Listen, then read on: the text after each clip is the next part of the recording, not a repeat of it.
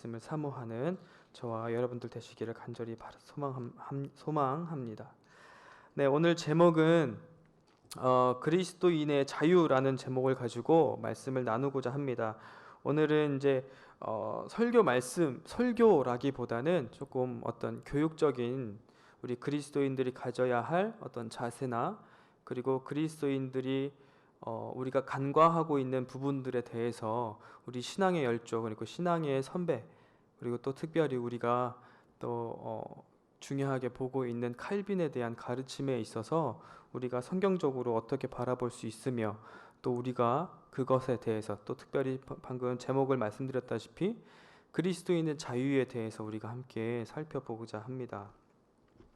흔히 우리가 말하는 자유라고 하는 것은 사실 예전에 제가 또 말씀드렸는지 제가 기억은 잘 안 나질 않지만 영원함에 대해서 우리가 인식하고 있는 것과 비슷합니다. 우리는 영원에 대해서 아무도 이 세상에 있는 어떤 사람도 인간도 영원함에 대해서 우리는 완벽하게 이해하고 있는 사람은 아무도 없습니다. 왜냐하면 우리 인간은 한계가 있고 제한이 있고 영원이라는 것을 맛보지 못한 사람들이기 때문에 그렇습니다. 흔히 말하는 영어에서도 이터널과 그리고 forever의 똑같은 한글로 해석을 하면 이제 부산이 그런 개념이 있겠지만 우리 한글로는 영원함으로 보통 해석을 합니다. 그렇지만 영어에서는 이터널과 그리고 forever는 차이가 있습니다. 이터널은 하나님께 사용합니다. 그러니까 무슨 뜻이냐면 끝이 없었던 적이 없었고 시작점과 끝점이 없는 상태를 이터널로 표현합니다. 그러니까 하나님에 대한 존재로 우리가 표현을 하자면 이터널에 대한 영어는 존재하시지 않았던 적이 없었어요. 그리고 존재하지 않는 지점도 없는 상태를 이야기하는 겁니다. 그러니까 하나님에 대한 영원함을 사용하는 것은 이터널이 맞겠죠. 그런데 우리 인간의 피조 세계에 있어서 forever는 존재하지 않았던 적이 있었던 때를 이야기를 합니다. 그래서 이거를 이제 신학적으로 우리가 살펴볼 때 예수님에 대해서는 성육신하신 예수님에 대해서는 그러니까 육신을 입으신 예수님에 대해서는 인성에 대한 예수님은 영원함이라고 성경에서 표현하기는 하지만 그 영원함이 이터널로 표현되지 않습니다. 왜냐하면 육신을 입은 예수님은 그러니까 신성이 갖고 계시고 그리고 예수님 자체로는 그러니까 하나님의 삼위일체의 그 하나님에 있어서는 이터널을 사용하지만 존재하시지 않았던 적이 없었던 예수님, 그러니까 이거를 이제 엄격하게 구분을 해야 되는 거예요. 그러니까 그러니까 삼위 하나님에 있어서의 위격 간의 구분에 있어서의 예수 그리스도는 이터널이 맞지만 성육신하신 그 예수님은 그러니까 이게 좀 어려우시죠? 이게 그러니까 삼위일체를 이해하는 것과 비슷해요. 이해되지 않는 부분이에요. 그러니까 그 예수님은 forever를 사용한다는 거죠. 존재하시지 않았던 때가 있었기 때문에. 그렇지만 존재하지 않는 때가 예수님께는 아무리 인성을 갖고 계신 예수님이어도 없다 이 말이죠. 무슨 뜻인지 이해가 되시길 바랍니다. 네. 예수님은 육신을 입으신 예수님은 존재하지 않았던 때가 있어요. 육신. 근데 이제 부활하셨죠. 부활체가 되셨어요. 육신을 입고 계시잖아요. 그 육신은 영원하단 말이죠. 끝나는 지점이 없단 말이에요. 그러니까 그렇지만 근데 왜 그분은 영원하지 않느냐라고 얘기를 한다면 존재하지 않았던 적이 있었기 때문에. 그래서 그 예수님은 이터널이 아니라 forever를 사용합니다. 그러니까 이런 것처럼 이 영원함에 대해서도 그러니까 우리는 앞으로 그리스도인들은 존재하지 않았던 적이 있죠. 우리 태어나지 않았던 적이 있잖아요. 그래서 일단 이터널은 아니죠. 그렇지만 우리가 말하는 영원한 안식에 들어간다라고 했을 때 우리는 이터널을 사용하는 게 아니라 뭘까요? forever를 사용하는 거죠. 왜냐하면 우리는 이제 앞으로 부활하고 하나님과 동행하며 존재하지 않는 지점이 없기 때문에 그렇습니다. 그거는 이제 인간에게 계속 통용되는 단어겠죠. 아무튼 제가 말씀드리고자 하는 바는 이처럼 영원함에 대해서 누구도 사람은 완벽하게 그 개념을 이해하는 존재가 없다 이 말이죠. 그런 것처럼 자유에 대한 것도 그런 의미라고 생각을 하시면 되겠습니다. 그리스도인의 자유, 그러니까 우리는 자유라고 생각을 하면 완벽한 자유를 가진 존재는 아무도 없다라는 거예요. 왜냐하면 우리는 태어나는 순간 종속된 존재이기 때문에 그렇습니다.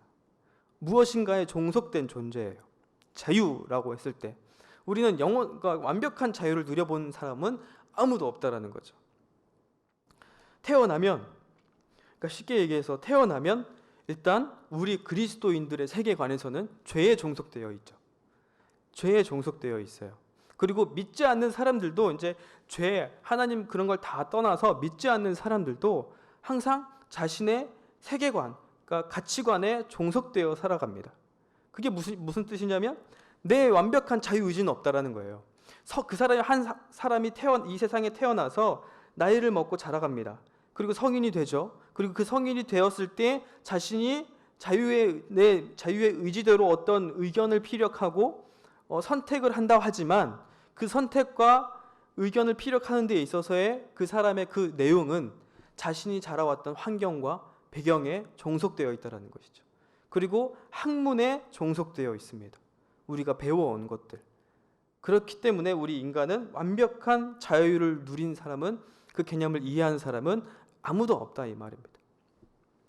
아무튼 이렇게 좀 어려운 얘기가 좀 되는데 좀 최대한 쉽게 말씀드리자면 우리 그리스도인들에게도, 그러니까 이거예요. 믿는 사람들, 그리스도인들은 자유를 누리게 됐어요. 그렇죠? 그러니까 우리 세계관에 들어오셔서 생각을 하면 죄의 종노릇하다가 예수 그리스도로 말미암아 우리는 자유를 누리게 되었습니다. 그렇죠? 성경에도 계속 우리는 예수 그리스도로 말미암아 진리로 인해서 우리가 자유를 누리게 된다라고 얘기를 해요. 그럼 그 자유를 누리는 데 있어서 우리가 어떤 자유를 누리느냐 이 말입니다. 우리가 하나님 앞에 구원을 받아서 죄에서 벗어난, 그러니까 죄를 죄로 인식하게 되고 내가 회개해서 하나님의 붙들린 삶을 우리가 자유로운 삶이라고 얘기를 해요. 근데 그 이후에 우리가 그 자유를 누림에 있어서에 대한 이야기는 쉽게 다뤄지지 않습니다. 근데 이 부분에 대해서 칼빈은 그 당시에 엄청난 고민과 생각들과 그리고 토론들과 논의들을 통해서 정리를 했다라는 거죠. 그러니까 우리는 그것을, 그래서 신앙의 선배들, 열조들을 통해서 우리는 신앙의 부족한 부분을 우리는 메꿔갈 수 있습니다. 그래서 역사가 중요한 거예요. 그래서 신앙의 선배들의 글들이 중요하다고 이야기를 하는 것입니다. 왜냐하면 그래요. 지금 사실 우리가 논의하고 고민하는 것들을 그 앞전 세대의 선배들이 이미 다 했습니다. 그러니까 우리 신학도들도 막 여러 가지 토의들을 하고 논의를 하고 막 설전을 벌여요. 근데 알고 보면 그게 신앙의 선배들의, 개혁가들의, 신학자 선배님들, 목사님들의 글 속에 다 녹아들어 있다는 겁니다. 그래서 우리는 그걸 통해서 성경을, 그러니까 제1차 자료, 제일 중요한 거는 성경이겠죠. 근데 그 성경을 토대로, 그 성경을 가지고 그 선배들이 어떤 결론을 도출해냈는가를 우리는 배울 수 있다는 겁니다. 그러니까 우리는 아주 귀한 세대를 맞이하여 살아가고 있는 것이죠. 그래서 칼빈은 이렇게 얘기합니다. 그리스도인의 자유에 대한 바른 지식이 필요하다고 합니다. 이 그리스도인에 대한 자유를 우리가 누렸다고 해요. 말씀을 보면요, 한 군데를 우리가 한번 살펴보면 요한복음 8장 31절부터 보면은 진리가 너희를 자유롭게 하리라 라고 얘기를 해요. 뭐라고 얘기를 하냐면, 그러므로 예수께서 자기를 믿은 유대인들에게 이르시되 너희가 내 말에 거하면 참으로 내 제자가 되고, 요한복음 8장 31절부터 말씀드리는 겁니다. 32절에 보면 이렇게 얘기하죠. 진리를 알지니 진리가 너희를 자유롭게 하리라 라고 얘기를 해요. 그렇죠? 근데 뭐라고 얘기합니까? 그들이 대답하되 우리가 아브라함의 자손이라 남의 종 된 적이 없었대요. 근데 우리가 왜 종이라고 얘기를 하죠? 그랬더니 예수님이 이렇게 얘기하시죠.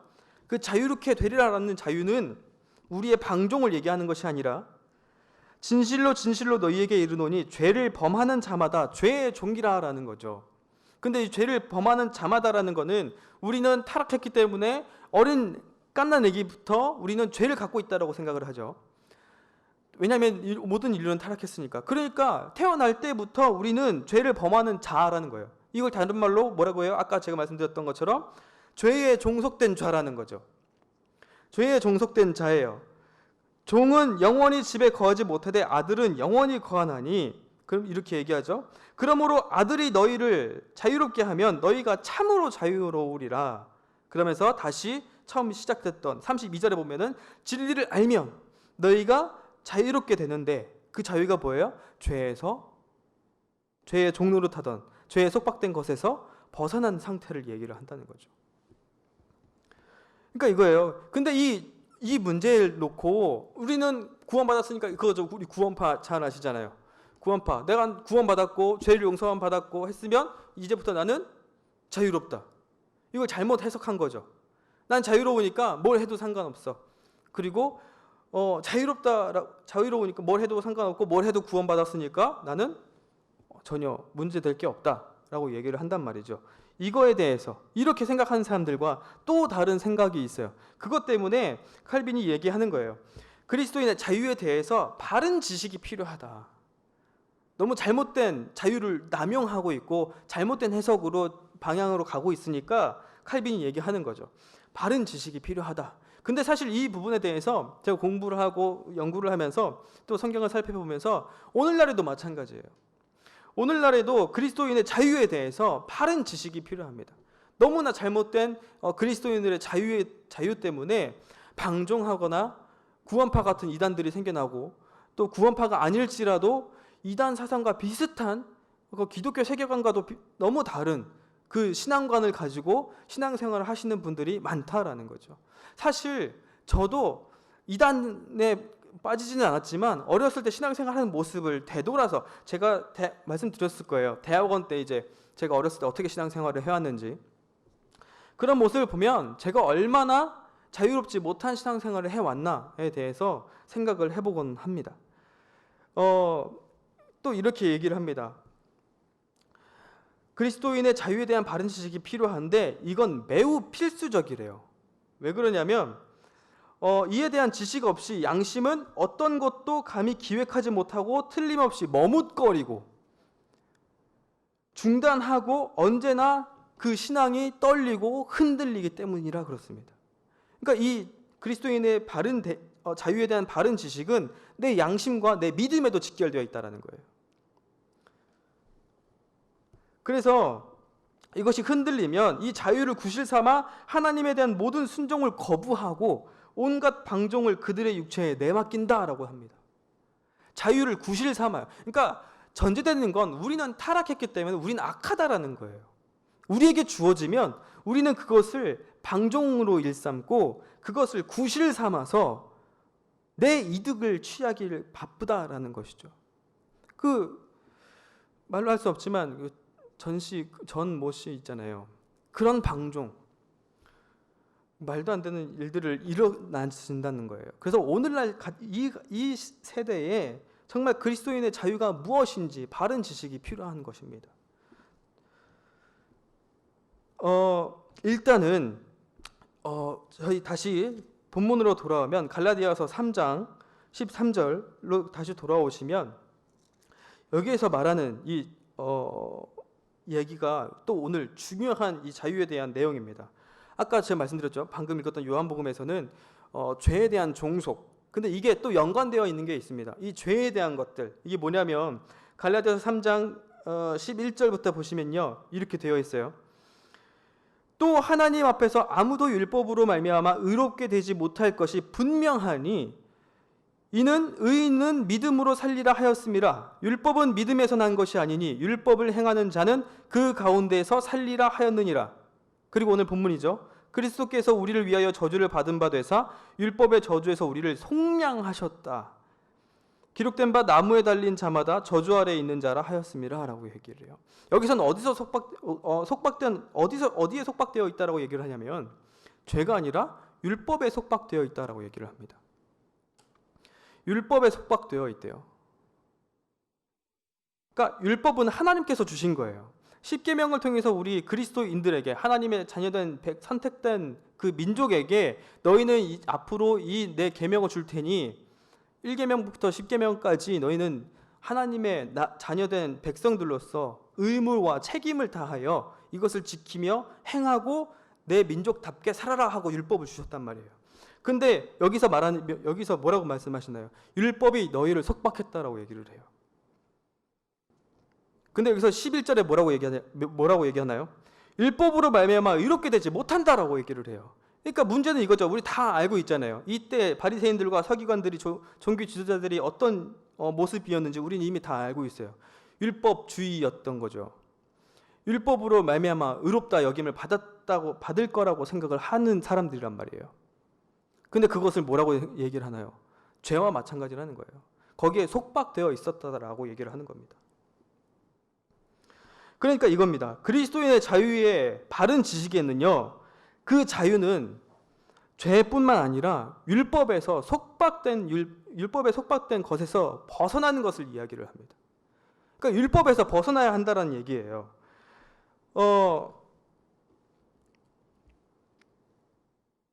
신자는, 믿는 성도들은 율법에 의해서 구원받고 의롭다함을 여기는 것이 아니라 오직 칭의에 대한 확신으로 우리는 자유를 누리게 된다는 것입니다. 율법에 의해서 우리가 자유를 누리게 되는 것이 아니에요. 그러니까 동의어가 굉장히 많습니다. 그러니까 죄에 대해서는 속박, 율법에 대해서는 속박, 그리고 칭의, 자유, 이것은요 구원과 계속 연관되어 있는 거예요. 구원과 제가 말씀드린 우리의 자유에 대한 것들,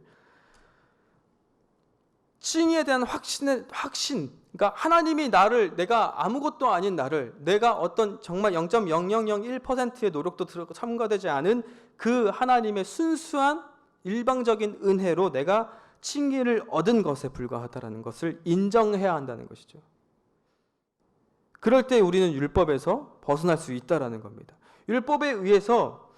율법적 의에서 벗어나야 한다는 거예요. 내가 무엇을 통해서, 내가 무엇을 행함에 있어서 나는 내 마음이 가벼워지고 내 마음이 편해지고 뭔가 했다라는 생각이 들고 하는 모든 것에서 자유롭게 돼야 한다는 거예요. 그게 어디서라고요? 율법에서 난 의가 아니라 그 칭의에 대한 확신, 그러니까 하나님이 나를 구원해 주셨다. 내가 한 것이 아니라 난 아무것도 없는 비참한 존재인데 하나님이 나에 대해서 나를 사랑해 주시고 나를 선택해서 나를 구원해 주셨다라는 것, 하나님이 모든 것을 하셨다라는 것에 대한 칭의에 대한 확신이라는 것이죠.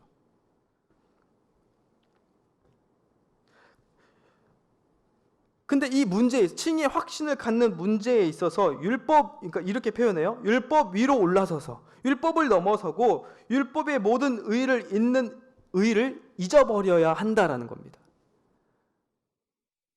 그러니까 이 문제가 앞으로도 계속 이제 제가 말씀드리겠지만 이 문제가 지금 한국 교회에 굉장히 만연하게 일어나고 있습니다. 내가 무엇인가를 해야 내 마음이 편하고 내가 무슨 행동을 해야 내가 하나님 앞에 뭔가 해드리는 것 같고 내 열심을 보여야 하나님이 나를 한 번 더 봐주실 것 같고 내 기도에 귀 기울이실 것 같고, 하나님은 소리 질러서 기도해야만 듣는 분이 아니십니다. 마음속으로 정말 탄식밖에 안 나오는 그 애통한 마음으로 주여 주여만 해도 하나님은 내 마음을 감찰하시고 내 기도를 들어주시는 분이십니다. 그러니까 그런 것들이 많죠. 저도 그랬습니다. 소리를 크게 질러서 주여, 목이 쉬어서 목소리가 나오지 않을 정도로 주여 주여를 주여 삼창을 하면서 기도를 해야 내가 기도한 것 같았습니다. 정말 아름다운 찬양을 귀에 아름다운 멜로디를 들으면서 기도하고 찬양을 해야, 찬양할 때 눈물이 나와야 은혜 받은 것 같고 내가 회개한 것 같고, 이런 것들, 이런 것 하나하나가 다 율법적 의라고 볼 수 있는 거라는 거죠. 그러니까 그런 모든 것을 우리가 잊어버려야 한다는 거예요. 칭의의 확신에 대한 가진 그 문제에 있어서 율법에 대한 모든 율법의 모든 의를 잊어버리는 데 있다는 겁니다. 율법은 성경에도 계속 그러잖아요. 율법은 아무도 의인으로 남겨두지 않습니다. 모두 죄인으로 남겨둬요. 율법의 그 역할이 그거예요.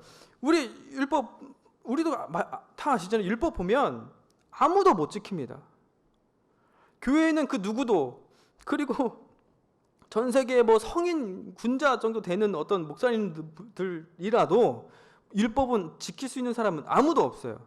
율법을 보다 보면, 지키려고 하다 보면 오히려 내 자신이 비참해지고 내가 작아집니다. 그게 율법의 역할이에요. 그래서 내가 비통하게 되고 나는 죄인입니다 라는 고백이 나오게 되는 게 율법입니다.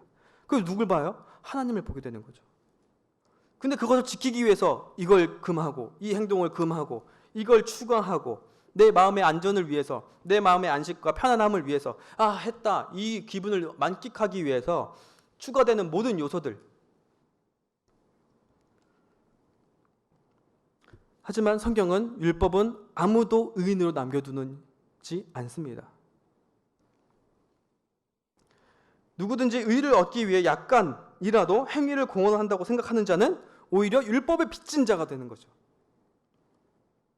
따라서 우리는 우리의 칭의와 관련된 한 율법과 우리 행위에 대한 모든 생각을 저버리고 오직 하나님의 긍휼만을 붙들어야 한다는 것이죠. 우리의 시선을 우리 자신에게 두어서는 안 됩니다. 신앙생활도 가장 중요한 부분이 이거예요. 우리의 신앙생활에 있어서 시선을 우리한테 두면 안 돼요. 내가 이렇게 했으니까, 내가 저렇게 했으니까, 우리가 이렇게 했으니까 하나님이 기뻐 받아주실 거야. 우리가 이렇게 열심히 준비했고 이걸 분명히 꼭 해내야 돼. 안 되는 상황 속에서도 우리가 이걸 준비했으니까 끝까지 해나가면 하나님이 그 길을 열어주실 거고, 하나님이 그 길을 축복해 주시고 은혜를 주실 거야 라고 하는 게 아니라, 하나님이 원하시면, 그러니까 우리 편에서 하나님을 바라보는 게 아니라요, 하나님의 시선에서 하나님이 우리를 어떻게 바라보실까? 하나님이 우리를 어떻게 생각하실까? 이게 다르잖아요. 일단 다르잖아요. 시선 자체가 다르잖아요. 우리가 이렇게 하면 해주실 거야가 아니라 하나님이 어떻게 해주실까? 하나님이 어떻게 바라봐 주실까? 하나님이 우리를 어떻게 대해 주시나? 어떻게 이끌어 가실까? 그걸 기대해야 하는 거지, 우리가 해놓고 하나님이 뭘 해주실까를 기대하는 게 아니라고요. 이게 시선의 차이인 겁니다.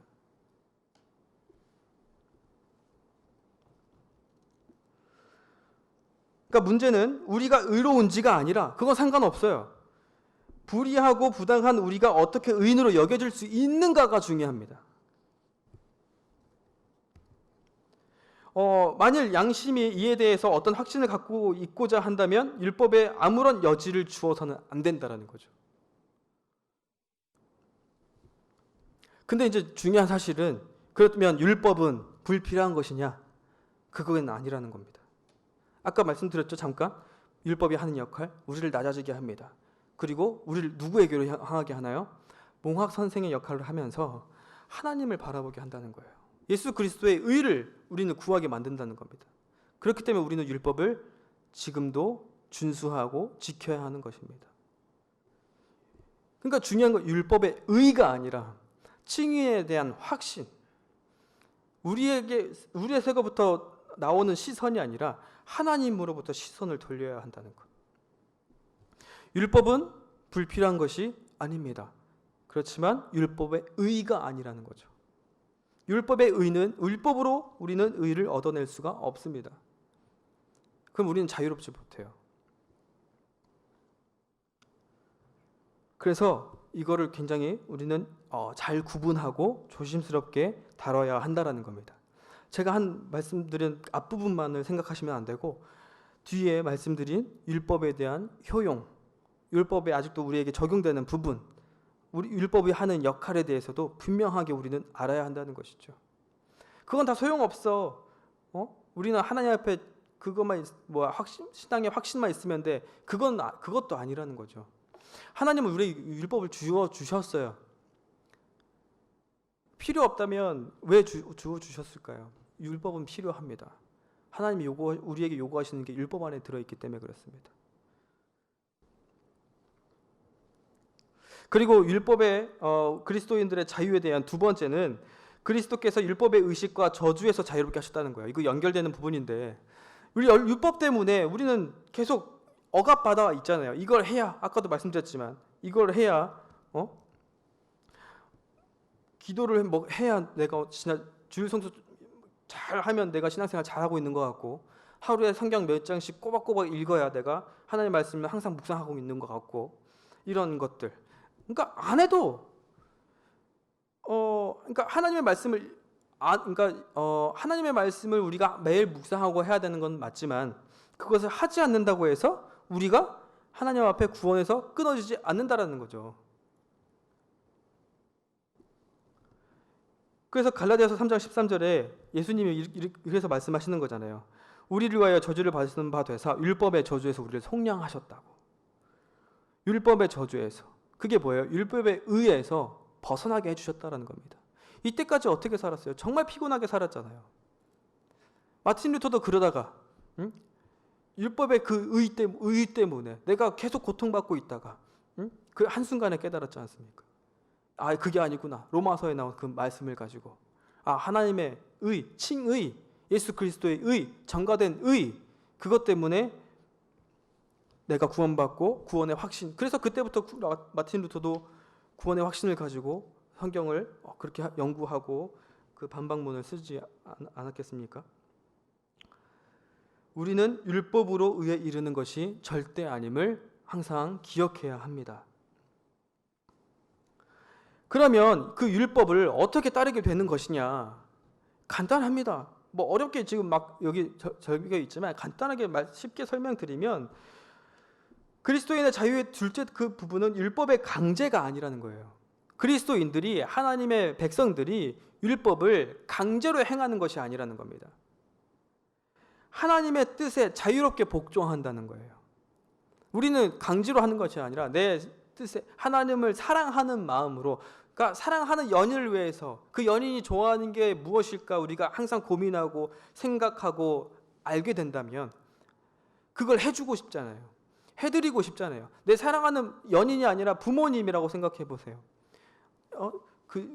그 연세 많으신 노부모를 모실 때 좀 기쁘게 해드리고 싶고, 그러면 우리가 우리 부모님, 노쇠하신 그 부모님을 위해서 막 좋아하시는 것 또 사드리고, 좋아하는 행동과 뭐 편지를 쓰기도 하고 감동을 드리려고 할 거 아니에요. 그게 강제에 의해서 나오는 게 아니잖아요. 내가 정말 부모님을 사랑하는 그 자유롭게 나오는 내 마음과 의지에 의해서 그 부모님을 모시는 것이잖아요. 그런 거라는 거죠. 예수님을 따르고 예수님의 뜻에 순종하는 건 그런 자유로움에 있습니다. 복종하는 하나님의 뜻이, 율법의 강제가 아니에요. 이건 안 되고 이거 하고, 이 율법의가 아니라 하나님에 대한 우리의 사랑이라는 거죠.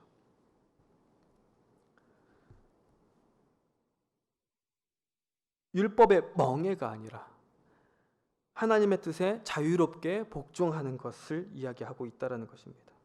그래서 신명기 6장 5절에 이렇게 얘기하죠. 율법의 명령은 우리가 마음을 다하고 성품을 다하여 힘을 다하여 네 하나님 여호와를 사랑하라 라는 거. 이게 바로 그 자유롭게 이루어지는 하나님의 뜻에 대한 순종, 복종이라는 것이죠. 강제에 의한 율법의 멍해가 아니라 마음을 다하고 성품을 다하고 힘을 다하여 네 여호와 하나님을 사랑하라라는 것. 그 말씀인 것입니다.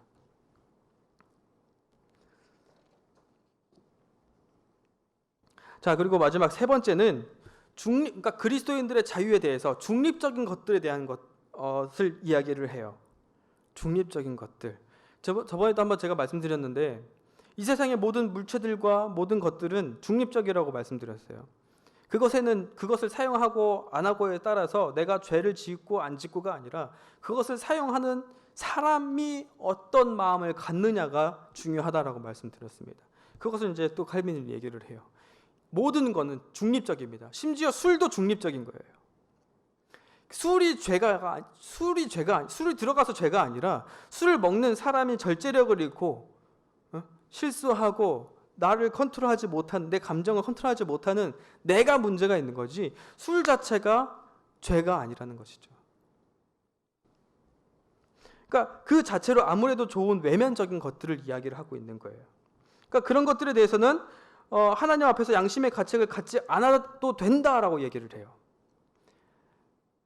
그런 것들은 이제 중립적 상태로 행하거나 내버려 둘 수 있는 것이라고 얘기를 하거든요. 사용해도 되고 안 해도 되는 것. 그러니까 이거죠. 해도 되고 안 해도 되는 것. 그것을 가지고 우리가 죄냐 아니냐를 따질 수 있는 부분이 아니라는 거예요. 이런 칼빈도 이렇게 얘기를 해요. 이 부분에 대해서 중립적인 것들에 대해서 이렇게 얘기를 합니다. 이 자유가 우리에게 없으면 우리의 양심은 결코 쉼을 얻지 못한다라고 얘기를 해요. 결코 쉼을 얻지 못한대요. 노래방 가서 노래 부르는 거 죄일까요 아닐까요? 죄일까요 아닐까요? 우리 시청하고 계시는 이렇게 표현해야 되나? 우리 성도님들께서는 어떻게 생각하시나요? 노래방에 가서 노래하는 거. 우리 학생들이 노래 부르는 거 엄청 좋아하거든요. 청년들도 마찬가지고. 엄청 좋아해요. 요즘에는 그래서 코인 노래방이라는 것도 생겨가지고 노래 부르고 하는데 제가 예전에 사역했던 데서 보면은 죄라고 얘기를 합니다. 그리고 제가 그랬어요. 이 부분에 대해서 이제 가르치면서 예를 이렇게 들었는데 좀 극단적으로 표현을 했는데 연예인 콘서트 그리고 찬양 집회 어디 갈래? 그랬어요. 근데 애들이 제 눈치를 보면서 찬양 집회 간다고 하더라고요. 안 가도 됩니다. 그거 안 간다고 죄 짓는 거 아니에요. 연예인들 콘서트장 간다고 죄를 짓는 거 아니에요. 근데 애들은 그걸 죄라고 생각해요. 그럼 벌써 이게 어떻게 되는 걸까요? 그리스도의 자유에 그 자신의 양심, 여기서 말하는 우리의 양심이 결코 쉼을 얻지 못한다는 이런 뜻인 거라는 거죠. 이게 작은 하나의 예시지만 이런 것들이 무궁무진합니다. 오늘날. 그거 애들이 되게 불쌍하지 않나요? 그 애들의 나이 때에 그 애들의 나이가 있는데 그걸 죄라고 생각한다니까요. 그 죄가 아니에요. 뭐 주일날 막 교회 빼먹고 가는 거는 그거 잘못된 거고 그게 아닌 때에 갈 수도 있잖아요. 노래방에서 노래할 수도 있잖아요. 근데 애들은 교회 와서 노래방 가서 놀았다 이런 얘기 못해요. 걔네들이 좀 순진한 걸 수도 있겠지만 그런 얘기를 못합니다. 자유롭게 하질 못해요. 그리고 교회 안에서도 마찬가지예요. 교회 안에서도 뭐 누군가가 와가지고 설교를 했어요. 설교를 듣다가 막 이상한 얘기를 했어요. 근데 우리 습관적으로 하는 아멘 있잖아요. 그런 것들, 이게 그 생각이 들 수 있잖아요. 그러니까 이런 것들 다양하죠. 이런 부분들이 있는 건. 그러니까 우리 양심에 있어서 자유를 누리지 못한다는 거예요. 그러니까 뭐가 맞고 그리고 이 중립적인 것에 대한 거. 오늘날 우리는 중립적인 게 무궁무진하잖아요. 미디어 매체도 마찬가지고 굉장히 많이 쏟아져 나오고 있는 세대에 살고 있어요. 그럴 때에 정확하게 이런 그리스도인의 자유에 대해서 그 교육부서부터 뿐만 아니라 우리 작년에 이르기까지 이러한 것들을 정확하게 짚어주지 않으면 우리는 아직도 그리스도인의 자유를 제대로 누리지 못하고 있다는 겁니다. 양심의 쉼을 얻을 수 없다는 거예요. 이 부분에 대해서 성경에도 나와 있죠. 그러니까 미신적이라는 거. 성경에도 그렇잖아요. 그 제사상에 올려놓은 음식을 먹어도 될까요? 안 될까요? 제사상에 올린 거. 귀신한테 바치는 거 있잖아요. 제사상. 그 음식들 먹어도 될까요? 안 될까요? 될까요? 안 될까요? 상관없습니다. 성경에서도 마찬가지예요.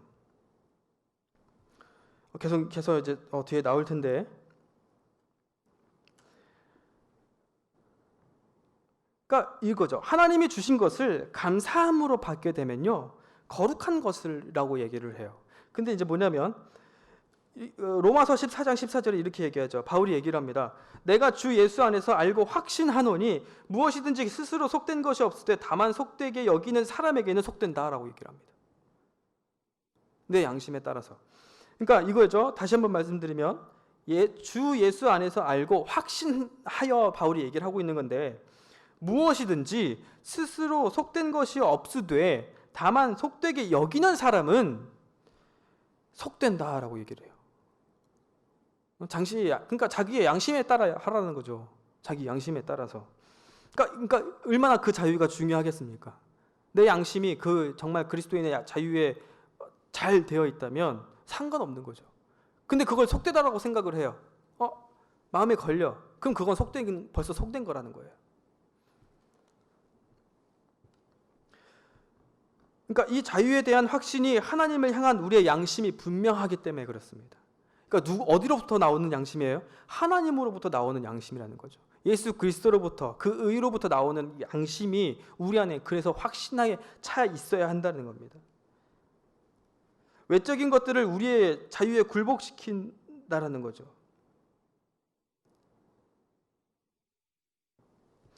하지만 만일 어떤 미신적 견해가 거리끼게 만든다면 본성상 깨끗했던 것들이 우리에게 더러워지게 된다라는 겁니다. 그래서 또 바울이 얘기합니다. 내게 있는 믿음을 하나님 앞에 스스로 가지고 있으라. 자기가 옳다 하는 바로 자기를 정죄하지 아니하는 자는 복이 있도다. 의심하고 먹는 자는 정죄되었나니 이는 믿음을 따라 하지 아니하였기 때문이라. 믿음을 따라 하지 아니한 것은 다 죄입니다 라고 얘기를 해요. 로마서 14장 22절부터 23절의 말씀인데 이렇게 얘기를 합니다. 그러니까 이거죠. 이거예요. 목적이에요. 자유가 무슨 목적을 지향하는지를 봐야 한다는 거예요. 내가 누리는 이 자유가 목적이 어디 있느냐. 이것도 이제 뒤에 나오는 내용과 연결되는 부분인데, 그러니까 우리가 양심의 가책 없이 또는 정신의 혼란 없이 하나님의 선물들을 우리에게 정해진 그것들의 용도에 맞게 적용할 수 있도록 하기 위함이라는 거죠. 선물들이라고 표현해요. 이 중립적인 것들에 대해서. 이거를 이제 또 다른 말로 표현하면 일반 은총이라고 얘기를 하거든요. 일반 은총. 특별 계시인 성경뿐만 아니라 모든 사람들에게 주어진 하나님의 은혜, 보편적인 은혜, 일반 은총, 일반 계시라고 하거든요. 이것을 어떻게 우리가 사용하느냐, 누리느냐, 그걸 얘기한다는 거예요.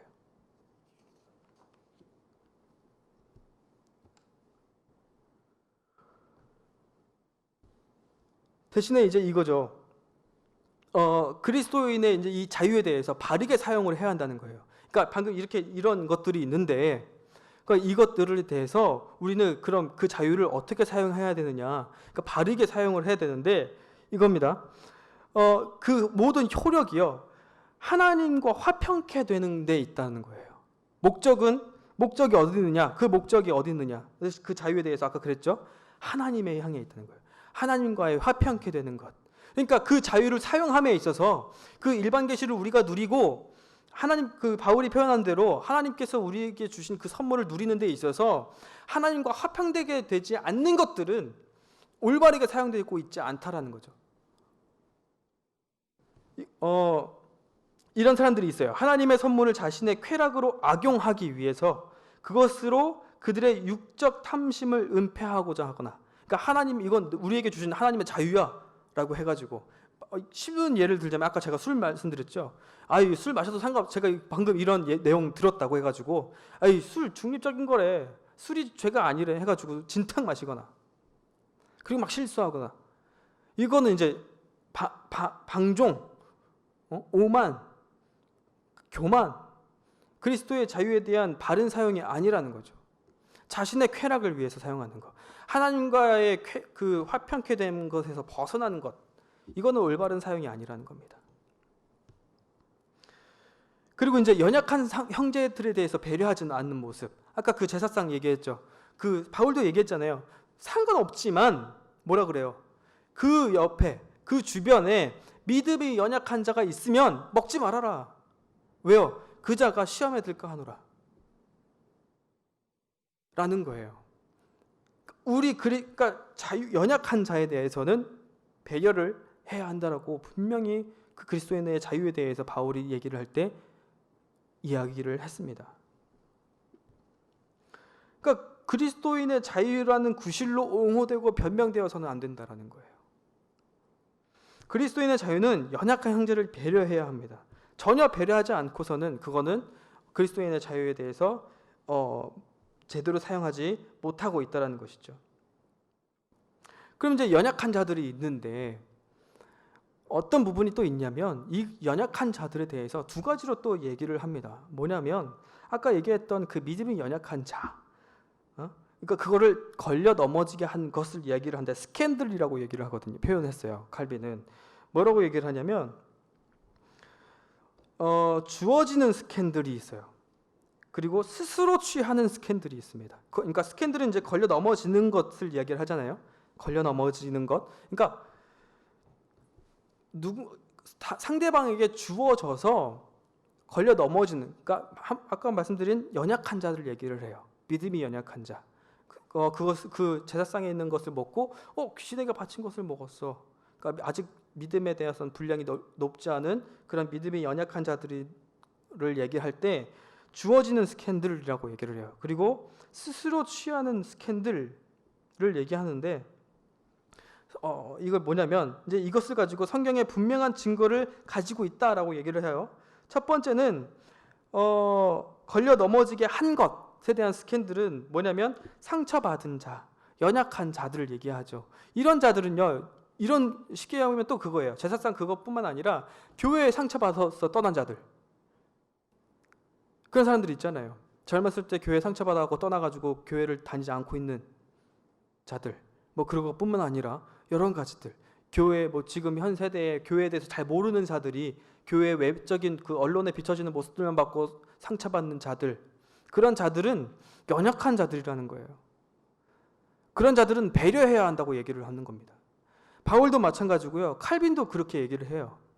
그런 자들은 연약한 자들이에요. 강한 자들이 아닙니다. 모르기 때문에, 우리를 비방하는 언론을 때문에 그것을 보고 접했기 때문에 교회 문화와 교회 정서를 모르잖아요.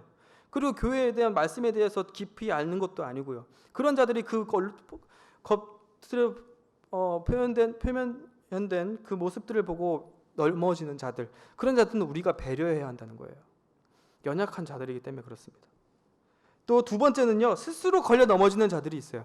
스스로 걸려 넘어지는 자. 그러니까 이스라엘 사람들은 뭐냐면 자신들의 유감스러운 엄격함, 자신들의 잣대가 있는 거예요. 그런 잣대들로 언제나 물어뜯고 비난해야 적성이 풀리는 자들이 스스로 상처받는다는 거예요. 왜 저래? 목사가 왜 저래? 강도사가 왜 저래? 전도사가 왜 저래? 권사가 돼가지고 왜 저래? 이런 사람들 있잖아요. 자신들만의 잣대를 갖고 있는 사람들. 이건 이렇게 해야 된다, 저건 저렇게 해야 된다. 난 이렇게 해왔으니까, 내 신앙생활을 이렇게 해왔고 내 전 사람은 이렇게 해왔으니까. 그러한 사람들이 물고 뜯고 헐뜯기 위해서 스스로 걸려 넘어지는 자들을 얘기를 합니다. 그래서 앞에 있는 자들은 연약한 자들의 스캔들, 후자를 바리새인의 스캔들이라고 칼빈은 표현했어요. 분명하게 바울도 마찬가지고 칼빈도 이렇게 얘기합니다. 이 두 가지의 스캔들의 모습에 있는 사람들을 놓고 분명하게 명확하게 얘기를 해요. 이 연약한 자들에 대한 무지에 양보하고 순응할 정도로 우리의 자유의 사용을 절제해야 한다라고 얘기를 합니다. 그러니까 우리가 그리스도인의 자유를 가지고 있다고 해서 남용할 수 있는 부분이 아니라는 거예요. 연약한 자들이 저기 있다. 그럼 우리는 우리의 자유를 절제하고 양보할 줄 알아야 한다는 거예요. 그게 올바른 그리스도인의 자유에 대한 사용법이라는 겁니다. 그런데 참 특이하게도 그 바리새인들의 그 스캔들 있죠. 그거는 엄격하게 얘기를 해요. 내버려 두라라 그럽니다. 내버려 두라고.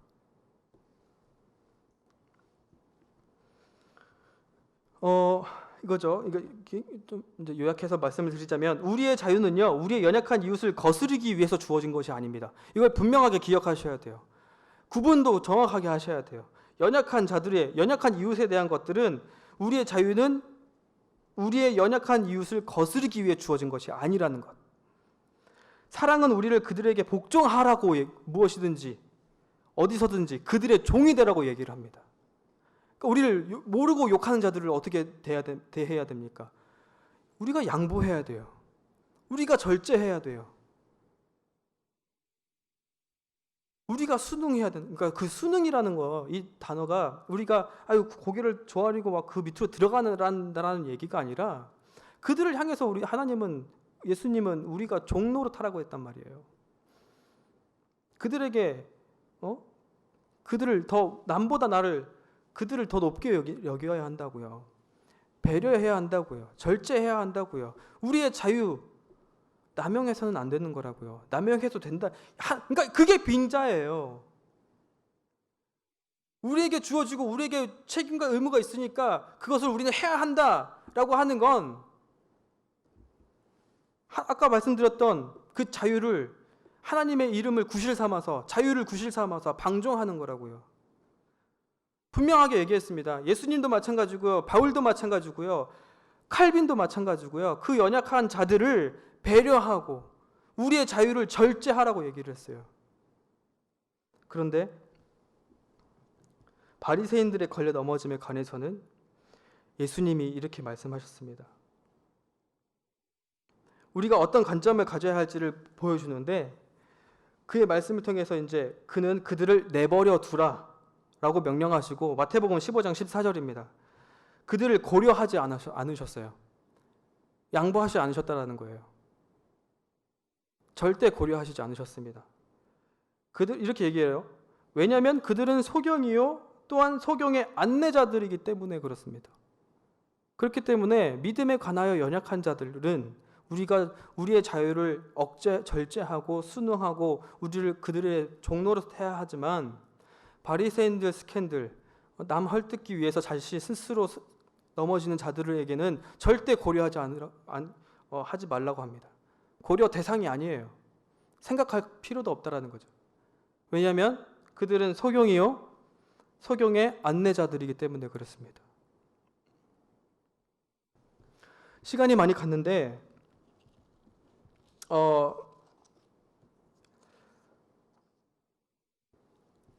이 그리스도인의 자유에 대해서 우리가 정확하게 알고요.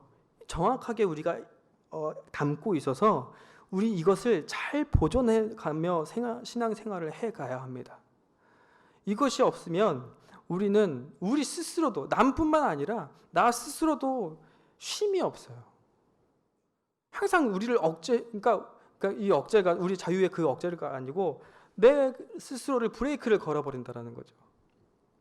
꼭 이렇게 해야만 하나님의 나라한테 은혜를 주실 것 같고 그런 것들이 있잖아요. 막 교회 하루 빼먹었다고 지옥에 갈 것처럼 그러지 않아도 된다라는 거죠. 다른 많은 예들이 있지만 그냥 좀 쉽게 말씀드리면 아까 같은 노래방 갈 수 있잖아요. 콘서트 갈 수 있잖아요. 그게 죄가 아니라고요. 그걸 죄라고 생각하는 애들이 얼마나 불쌍합니까? 우리의 자유를 연약한 들에게 있어서는 절제할 줄 알고 양보할 줄 알고 억제할 줄 알고 우리가 그들을 배려할 줄 안다면 그리고 그 아이들에게도 그리고 우리들에게도 그 그리스도의 자유가 보장되고 잘 보존돼서 신앙생활이 정말 자유로운 신앙생활이 돼야 돼요. 우리는 아직도 멍에를 매는 신앙생활을 하고 있어요. 제가 다른 말씀 안 드리겠지만 한번 생각을 해보시면 좋을 것 같습니다. 내가 신앙생활을 해오면서 지금 신앙생활을 하면서 스스로 내가 멍에를 메고 있는 게 무엇인지 그 멍에가 하나님께서 우리에게 말씀하신 십자가를 스스로 지라라는 것과 착각하시면 안 됩니다. 그것과는 다른 거예요. 내 십자가와 그 내 율법을 스스로 내 등에 맨 그 멍에는 다른 겁니다. 내 멍에가 무엇이 있는지 되돌아보고 내 신앙에 대해서 내 그리스도의 자유에 대해서 이 자유가 참된 이 자유를 누릴 수 있는 저와 여러분들 되시기를 간절히 소망하겠습니다. 찬송가 478장 함께